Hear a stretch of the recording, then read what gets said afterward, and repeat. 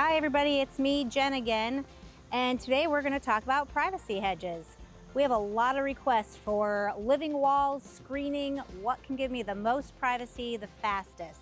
And our two plants for the biggest, fastest impact are two plants I have right here. We've got podocarpus, which is an evergreen, deep green, always going to look this kind of pretty. This can grow to heights of 25 to 30 feet. It does grow relatively quickly, pretty easy to maintain as it's mainly upward growth. On this side, we have sweet viburnum, and it gets that name because it also smells incredibly fragrant in spring when it's in bloom. Again, 30 feet in height. So these are massive plants that have a fast growth rate. This one will grow outward and upward, so you do need to do a little bit more maintenance for shaping this one into that wall. And you can see right next to me, no one can see through it. Again, if you've got more questions about any of these privacy hedges or any other plant, feel free to give us a call at any location.